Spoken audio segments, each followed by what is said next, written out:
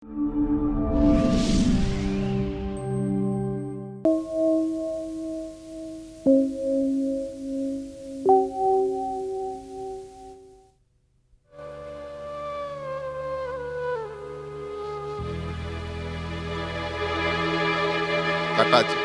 மறுபடியும் கட்டாச்சு. யார் இந்த மாதிரி ஃபோன் பண்ணுறது? ഞാനിപ്പോൾ ഒന്ന് சொல்கிறேன், കൃത്യനിഷ്ഠയും പാരമ്പര്യവും തെറ്റിച്ചാൽ யாராயிருந்தாலும் இங்கே இருக்கக்கூடாது. ധിക്കരിച്ചാൽ யாருக்கும் இந்த வீட்டு സ്ഥാനം ഇല്ലേ.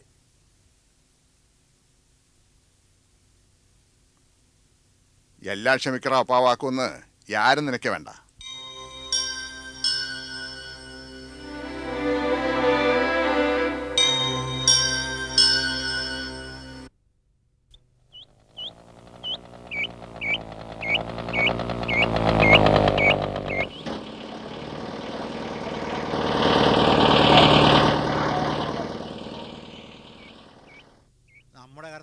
ഈശോമിശിഹായുടെ കൃപയും പിതാവായ ദൈവത്തിൻ്റെ സ്നേഹവും പരിശുദ്ധാത്മാവിൻ്റെ സംസർഗവും നാം എല്ലാവരോടും കൂടി ഉണ്ടായിരിക്കട്ടെ, ഇപ്പോഴും എപ്പോഴും എന്നേക്കും.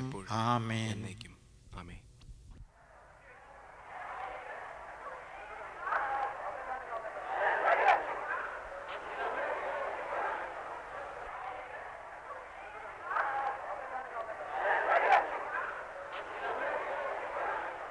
ജോണിക്കുട്ടി എപ്പോ വന്നടാ? 2 ദിവസമായി.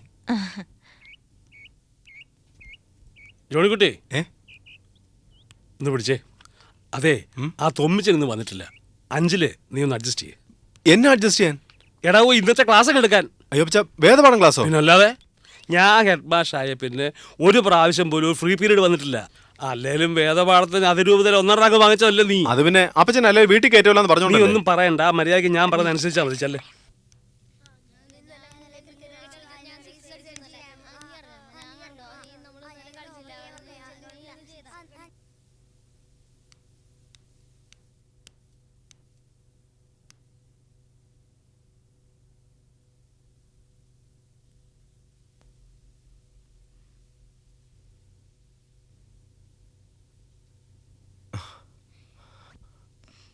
സാർ എന്നോ ഒന്നും മിണ്ടാത്തെ? സാറ് കുറെ നേരമായിട്ട് മിണ്ടാതെ നിൽക്കുന്നു. അതെ, ഞാനിങ്ങനെ നിങ്ങളെ പഠിപ്പിക്കുന്നതിനെ കുറിച്ച് ആലോചിച്ചുകൊണ്ടിരിക്കുകയായിരുന്നു.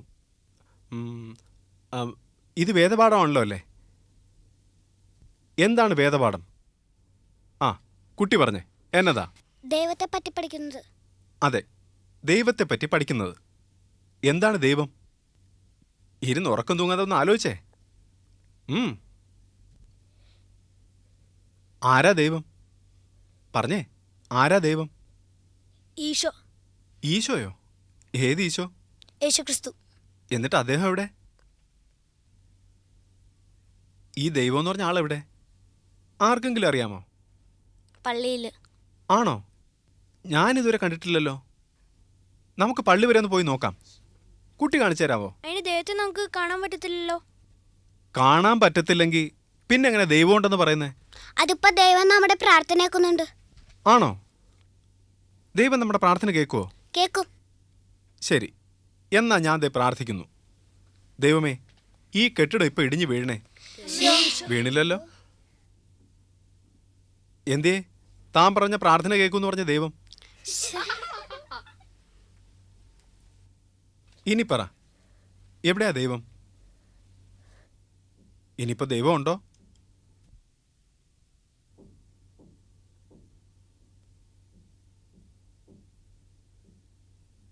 നിങ്ങൾക്ക് എന്തു തോന്നുന്നു? ദൈവമുണ്ടോ? അപ്പൊ ദൈവം ഇല്ലായിരിക്കും അല്ലേ സാറേ? എന്തു പറയുന്നു? ഉണ്ടോ ഇല്ലയോ? ഇത്രയൊക്കെ കേട്ടിട്ടും ദൈവം ഉണ്ടെന്ന് പറയുന്ന ആരേലും ഉണ്ടോ? അപ്പോ ദൈവം ഇല്ലാന്ന് നിങ്ങളെല്ലാരും സമ്മതിക്കുന്നു അല്ലേ? എന്നാ ഞാൻ പറയുന്നു, ദൈവം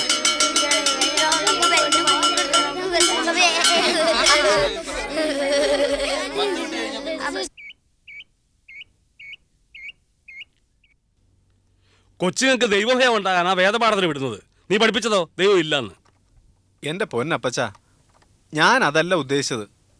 ആദ്യം അവിശ്വാസിയാണേലേ വിശ്വാസിയാവുമ്പോൾ അതിൻ്റെ ശക്തി ഉണ്ടാകത്തുള്ളൂ. ഞാനൊക്കെ ജനിച്ച് വീണതേ അവിശ്വാസിയായിട്ടാണല്ലോ. എടാ, ആ ക്ലാസ്സിലെ പിള്ളേരുടെ അപ്പന്മാർ മുഴുവൻ കലികളൊക്കെ നിൽക്കുക. ആ വർക്കിയുടെ മോനാണെങ്കിൽ ദൈവത്തിൻ്റെ ഫോട്ടോ കണ്ടാലേ വിശ്വസിക്കുള്ളൂ എന്ന് പറഞ്ഞ് നിൽക്കുക. അടുത്ത ആഴ്ച ക്ലാസ് നീയാ എടുക്കേണ്ടത്. ആ ക്ലാസ്സിൽ വിശ്വാസത്തെ പറ്റിയൊക്കെ നല്ലോണം പഠിപ്പിച്ചേക്ക്. മാതൃകാധ്യാപകരുള്ള സ്വർണ്ണ മെഡല് മേടിച്ചിട്ടുണ്ടെന്ന് ഞാൻ പറഞ്ഞില്ലല്ലോ. അക്കാര്യം പരിഗണനയിലുണ്ടായിരുന്നു. ആ മത്തായിയുടെ മോൻ തോന്നിവാസം പഠിപ്പിക്കാന്ന് വെച്ചാൽ അതിന് നാണക്കേട് കുടുംബത്തിന് മൊത്തമാ. എന്റെ അപ്പച്ച, ഈ കാലത്ത് ഇതൊന്നും ആരും അത്ര കാര്യമാക്കാറില്ല. ഇതെന്ന് പറഞ്ഞത് ദൈവത്തിനെയും പള്ളിയേയും പറ്റിയാണോ? അതല്ല, കാര്യങ്ങൾ നോക്കി കാണുന്നതിൽ ഇപ്പൊ വ്യത്യാസം വന്നിട്ടുണ്ട്. ഇത് കമ്പ്യൂട്ടർ യുഗമല്ലേ അപ്പച്ച? ആദ്യം ആ കുന്തോ നിർത്തിക്കേ. എടാ, എന്നാന്ന് പറഞ്ഞാലും കമ്പ്യൂട്ടർ എന്ന് പറയുന്നത് ജീവനില്ലാത്തൊരു സാധനമാണ്. ജീവനില്ലാത്ത ഒരു സാധനത്തിൻ്റെ യുഗം എന്ന് പറഞ്ഞാൽ അതിൻ്റെ അർത്ഥം ആ യുഗം മരിച്ചിരിക്കുന്നു എന്നാണ്. ഏതൊരു യുഗത്തിനും ജീവൻ നൽകുന്നത് എല്ലാ കാലത്തും ഒന്ന് തന്നെയാണ്. അത് ഓർമ്മയിരിക്കട്ടെ. ആ, ഇത് ഈ കാശെടുത്തിട്ടെ. ഉണ്ണി യേശുവിൻ്റെ ഒന്നിട്ടെ. ആ,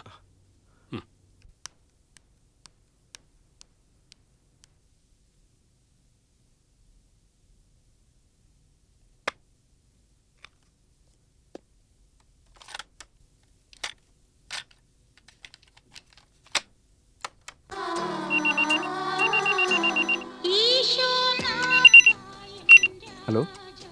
ആ, ഞാനിന്ന് അങ്ങോട്ട് വിളിക്കാനിരിക്കുമായിരുന്നു. സമയം വൈകുന്നു എന്നൊരു തോന്നൽ. എന്താ ഇങ്ങോട്ട് ഫോൺ ചെയ്യാത്തത്? ഇവിടുന്ന് ഫോൺ ചെയ്യാനുള്ള ബുദ്ധിമുട്ട് തനിക്കറിയാലോ. അപ്പച്ചനോ അമ്മച്ചോ ആരേലും ഒരാൾ എപ്പോഴും ഇവിടെ കാണും. എന്താ ജോണീനെ നമ്മൾ ചെയ്യേണ്ടത്? താൻ പേടിക്കാതെ, ഞാനില്ല എന്തിനായാലും. ഈ കൺഫ്യൂഷനൊക്കെ ഇപ്പം അങ്ങ് മാറും. അത് കഴിഞ്ഞാൽ എല്ലാം ശാന്തമാവും. ഞാനിടയ്ക്ക് അങ്ങോട്ട് വരാൻ നോക്കാം. എന്നിട്ട് നമുക്കെല്ലാം തീരുമാനിക്കാം.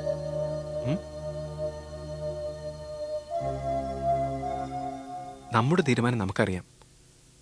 ആരെന്തൊക്കെ എതിർത്ത് പറഞ്ഞാലും നമ്മൾ അതിൽ ഉറച്ചു നിൽക്കും. പേടി തോന്നുന്നുണ്ട് ജോണി. പേടിക്കാതെ, എല്ലാം ശരിയാവും. Okay, by.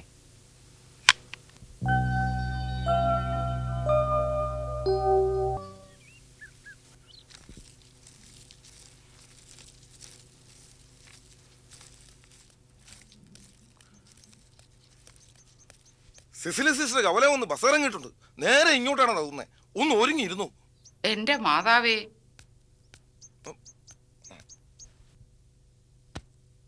കഴിഞ്ഞ പ്രാവശ്യം ഇവിടങ്ങാണ്ട് ശകലം ചുക്കിലിയോ പൊടിയോ കണ്ടെന്നും പറഞ്ഞ് എന്നാ ബഹളമായിരുന്നു. ഓ, മെഴുകുതിരി. ആ സിസിലി അമ്മയോ? ഇതെന്നാ പെട്ടെന്ന്? അതെന്നാ നാത്തൂനെ, ഇവിടെ വരാൻ എനിക്ക് പ്രത്യേകിച്ച് കാരണം വല്ലതും വേണോ? അയ്യോ അതല്ല, സാധാരണ 2 ആഴ്ച കൂടുമ്പോഴാണല്ലോ വരുന്നെന്നും വെച്ച് പറഞ്ഞതാ. ഇവിടുത്തെ മഠത്തിലെ സിസ്റ്റർ പ്രിസ്കാക്ക് പെട്ടെന്ന് മനസ്സിനകത്തൊരു വിഷമം വന്നു. അങ്ങനെ വരുമ്പോ സാധാരണ എന്നെ വരുത്തിക്കും. ഞാൻ കുറെ ഉപദേശിച്ചു കഴിയുമ്പോ അതങ്ങ് മാറും.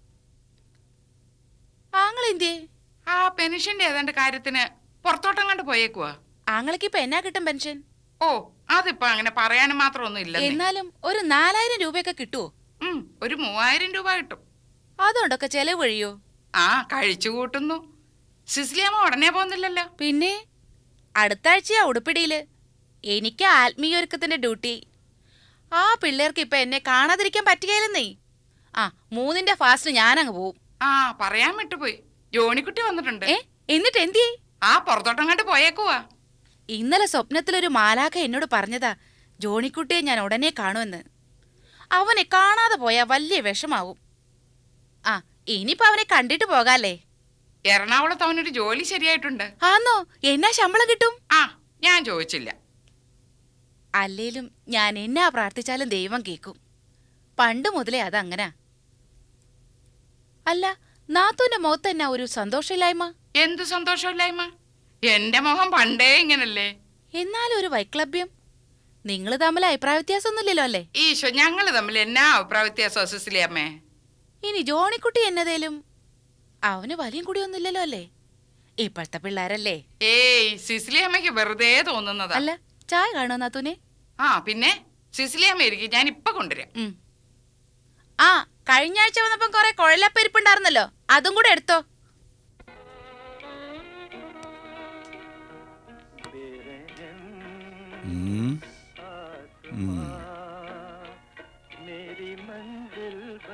നല്ല ആളാ. ശ്രീകുമാർ വന്നു പോയ കാര്യം താൻ എന്നെ അറിയിക്കാഞ്ഞേ? അച്ഛൻ പറഞ്ഞപ്പോഴാ ഞാൻ അറിഞ്ഞേ. അങ്ങനെ അറിയിക്കാൻ മാത്രം നേരമൊന്നും അവനിവിടെ ഇല്ലായിരുന്നു. വന്നു പോയി. അതെന്നാ അങ്ങനെ? ട്രിവാൻഡ്രത്ത് ഏതോ ബിസിനസ് മീറ്റിങ്ങിന് വന്നതാ. അത്രയും വരം വന്നിട്ട് ഇവിടെ കയറാതെ പോയാൽ നാട്ടുകാരെന്ത് പറയും? അവന് എന്തേലും അത്യാവശ്യം ഉണ്ടായിരുന്നിരിക്കും. എന്നാലും പെട്ടെന്ന് പിന്നെ അങ്ങ് ഒറ്റയ്ക്കായപ്പോ ആകാശത്ത് ഒരുപാട് കൊട്ടാരം കിട്ടിയിടോ. ഞാൻ മകനെ കൊണ്ട് ഒരുപാട് മോഹിച്ചു. വയസ്സുകാലം രണ്ടാം ബാല്യമാണെന്നല്ലേ പറയുന്നത്. ചിലപ്പോഴൊക്കെ അരിഷ്ടതകൾ കൂടും. എന്നാലും ഉറക്കൊന്ന് വിളിക്കുമ്പോൾ കേൾക്കാൻ ആളില്ലാതെ ആകുന്നത് അത് വല്ലാത്തൊരു ഒറ്റപ്പെടലാണോ. ആരും ഇല്ലാതാകുമ്പോൾ ആർക്കു വേണ്ടിയാ ജീവിക്കുന്നതെന്ന് തോന്നല, ആരായിട്ട് ജീവിക്കണമെന്ന് തോന്നല. ഈ വീടിന്റെ കാവൽക്കാരനായി അല്ല, മത്തായിയുടെ മനസാക്ഷി സൂക്ഷിപ്പുകാരനായിട്ട്. എനിക്കിപ്പോഴും കൊച്ചുകുട്ടിയാകാൻ പറ്റുന്ന സാറാമ്മനടുത്തും തൻ്റെ അടുത്തും മാത്രമാണ്. അപ്പം തനിക്ക് മനസ്സിലാവുമല്ലോ തന്നെ എനിക്ക് എന്തുമാത്രം വേണമെന്ന്. മക്കൾക്ക് അപ്പന്മാരൊക്കെ വലുത് അവരുടെ മക്കളാ. ആ നോക്കിക്കോ, ഇന്ന് തൻ്റെ രാജാവ് പരുന്നുകാലപ്പോ. തുടങ്ങിക്കോ.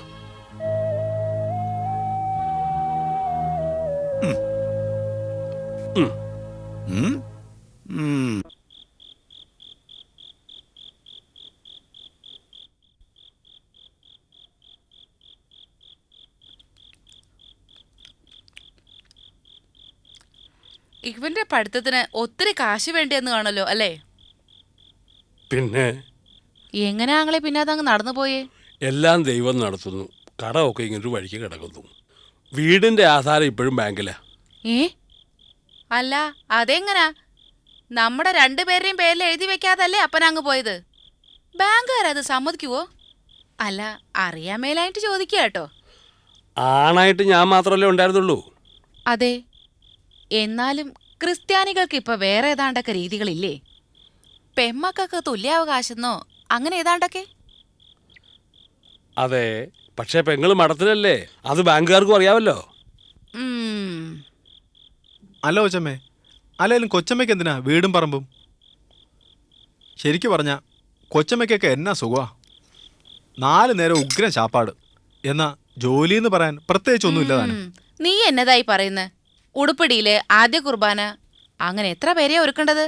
എന്നാ ടെൻഷാന്നറിയാവോ? കൊച്ചമ്മ സിസ്റ്ററായിട്ട് എത്ര വർഷമായി കാണും? 16-ാമത്തെ വയസ്സിലാ മടത്തി ചേർന്ന്. മാതാവിന് അടിമ കൊടുക്കാൻ അപ്പൻ എന്നെ പാറേപ്പള്ളി കൊണ്ടേപ്പോ നേർന്നതാ. എന്നെ കർത്താവിന്റെ തിരുമണവാട്ടിയാക്കിക്കൊള്ളാന്ന്. ഞങ്ങളുടെ വല്യപ്പൻ്റെ ഒരു പെങ്ങള് കന്യാസ്ത്രീ ആയിരുന്നു. പിന്നെ കുടുംബത്തിൽ കന്യാസ്ത്രീ എന്ന് പറയാൻ ഞാനാ. ആ ഇതെന്നാ നാത്തൂന് എനിക്ക് കുഴിയോളം പാത്ത്? ആ വെള്ളിയാഴ്ച ആയതുകൊണ്ട് സിസിലിയമ്മ കൂട്ടുകല്ലെന്ന് വിചാരിച്ചാ വിളമ്പട്ടെ? ഓ വേണ്ടെന്നേ, ഞാൻ നാത്തൂനെ ഒന്ന് പരീക്ഷിച്ചതല്ലേ. ഞാൻ നോക്കാം. ഹലോ ഹലോ, ആരാ? വെമ്പള്ളിയിലെ മടത്തെ കഴിഞ്ഞ മാസം ഒരു കന്യാസ്ത്രീ ഉടുപ്പൂരി. ഹലോ, ഉള്ളതാണോ സിസിലിയമ്മ? അതേ നീ എന്നിട്ട് പോയി കല്യാണം കഴിച്ചു. എന്റെ കർത്താവേ, ഇതിനെയൊക്കെ ആയിരിക്കും തിരികല്ല് കെട്ടി നരകത്തിൽ താക്കുന്നതല്ലേ? ആരാന്നേ വിളിച്ച? കട്ടായി.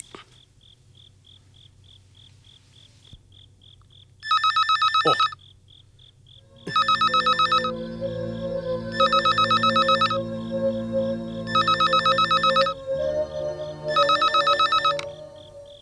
ഹലോ. ആ അപ്പച്ചനാ അടുത്തത്. അപ്പച്ചനും അമ്മച്ചിയും അപ്പുറത്ത് കഴിച്ചുകൊണ്ടിരിക്കുക. ഞാൻ അങ്ങോട്ട് വിളിക്കാം. ഇവിടുന്ന് ഇപ്പോൾ ഒന്നും സംസാരിക്കാൻ പറ്റില്ല. ഞാൻ അങ്ങോട്ട് വിളിക്കാന്നേ. ആ നാളെ തന്നെ വിളിക്കാം. ടെൻഷനാവാതെ, ഒന്നും സംഭവിക്കില്ല. ഞാൻ വിളിക്കാം. ആ ടേക്ക് കെയർ. Okay, by.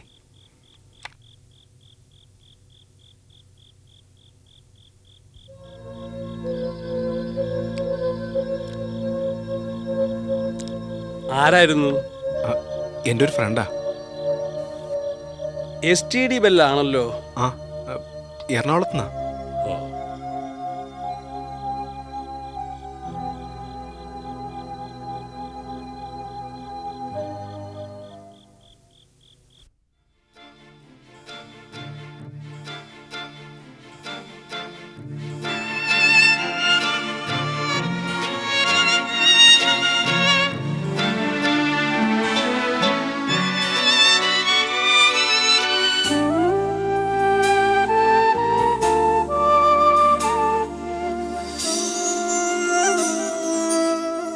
അപ്പാക്കൊരു മനംമാറ്റം ഉണ്ടാവുമെന്ന് ഇനി പ്രതീക്ഷിച്ചിട്ട് കാര്യമുണ്ടെന്ന് തോന്നുന്നില്ല. ചില നേരത്തെ അപ്പായുടെ പെരുമാറ്റവും സംസാരവും കാണുമ്പോൾ പേടി തോന്നും. തീരുമാനിച്ച കാര്യം ബലം പ്രയോഗിച്ച് ചെയ്യിക്കാനും ശീലിച്ച ആൾ അപ്പാന്നറിയാലോ. വരുന്ന ഏതോ ഒരു ദിവസം വീട്ടിൽ പൂജയാണ്, ശത്രുസംഹാര പൂജ. ഒന്നും നടന്നില്ലെങ്കിൽ സ്വീകരിക്കാവുന്ന വഴിയെപ്പറ്റി ജോണിയേട്ടൻ അന്ന് പറഞ്ഞില്ലേ, ആ വഴിയെപ്പറ്റി ഗൗരവമായി ചിന്തിക്കേണ്ട സമയമായെന്ന് തോന്നുന്നു. ജോണിയേട്ടനെ വിശ്വസിച്ച് സ്വന്തം ഉണ്ണി.